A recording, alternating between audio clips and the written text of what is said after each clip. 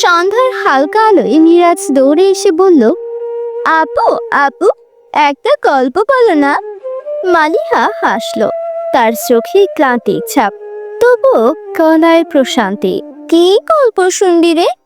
সিংহ মামার গল্প, আর একটা রাজকন্যাও থাকলে ভালো হয়। রাজকন্যা তো আমি নিজে। গল্পটা তাহলে আজ আমারই বলি, শোন। মিরাজ হাঁ করে তাকিয়ে থাকে। মাহা পাশ থেকে বলে ওঠে, তোমার গল্প? সত্যি? মালিহা মাথা ঝাঁকায়, একদম সত্যি। এই রাজকন্যার বয়স তখন মাত্র 6।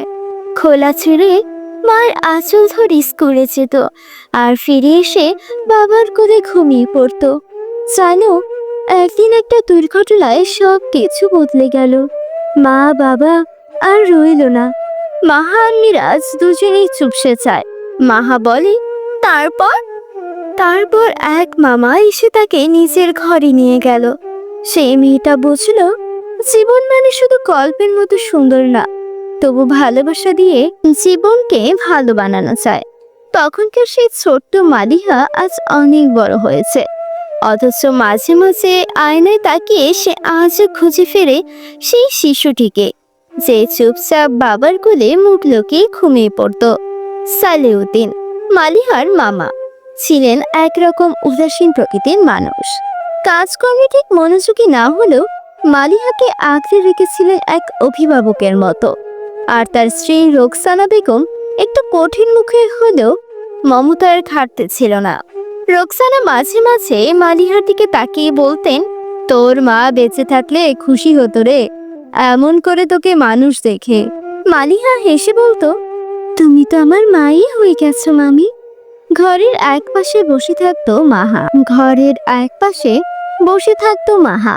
নবম শ্রেণীর মেধাবী মেয়ে, আর তার পাশেই ছোট্ট দুষ্ট মিরাজ। পড়তে বসলেই বলতো, আপু আজ না হয় কাল পড়ি। মালিহা কখনো রাগ করতো না, বরং বলতো, দেখিস একদিন তুই ডাক্তার হবি আর আমার কথা মনে পড়বে। তখন তো তুমি খুব বুড়ো হয়ে যাবে আপু। তবু তোর ওই ছোট্ট আঙুলটা ধরে বসে থাকবো। বিশ্ববিদ্যালয়ে ভর্তি হওয়ার পর মালিহার দিন শুরু হতো সকাল 6:30টায়। একটা পুরনো ব্যাগ কাঁধে ঝুলিয়ে বের হতো।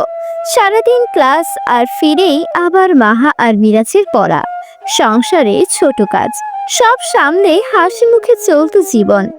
এই সময়ই তার জীবনে এসেছিল এক ছায়া, ফয়সাল। বয়স কয়েক বছর বড়, এলাকার জনপ্রিয় ছেলে। সন্ধ্যার পর কেউ রাস্তায় বিরক্ত করলে সে হাজির হয়েছিল। একদিন এমনই এক ঘটনা, একজন ছেলে পথ আটকায় মালিহার। এই শুনছো, তোমার নামটা বলে যাও সুন্দরী। পেছন থেকে হঠাৎ ফয়সালের গম্ভীর কণ্ঠ, ওর নাম জানলে কিন্তু আজ হাসপাতালে যেতে হতে পারে তোর। মালিহা তখন একটু অবাক হলেও কৃতজ্ঞতা প্রকাশ করেছিল চোখে। কিন্তু ফয়সাল যে এই নিরাপত্তার আড়ালে তার নিজস্ব এক দাবি পুষে রেখেছে, সেটা ধীরে ধীরে স্পষ্ট হতে থাকে। SMS, ফোন, ভার্সিটির সামনে অপেক্ষা, সব মিলিয়ে এক অদ্ভুত চাপ তৈরি হচ্ছিল। একদিন সন্ধ্যায় ফোনে ফয়সাল বলল, তুমি জানো আমি তোমাকে ভালোবাসি। আপনি আমাকে শ্রদ্ধা করেন তো? হ্যাঁ। তাহলে আমাকেও নিজের মতো থাকতে দিন। আমি এখন কিছু চাই না, ভালোবাসাও না। ফয়সাল চুপ করেছিল, তারপর বলল, তোমার ইচ্ছার বিরুদ্ধে কিছুই করব না। অন্যদিকে বিশ্ববিদ্যালয়ের এক চঞ্চল ছেলের সঙ্গে প্রথম দিনই পরিচয় হয়। তার নাম নাহিদ। তুমি কি 123 নং ক্লাসরুমে যাও? হ্যাঁ, ইংরেজি সাহিত্যের ক্লাস। তাহলে আমরা সহপাঠী। এই পরিচয় কেমন করেছে বন্ধুত্বে, আর বন্ধুত্ব থেকে অনুভবে রূপ নেয় মালিহা নিজেও জানে না।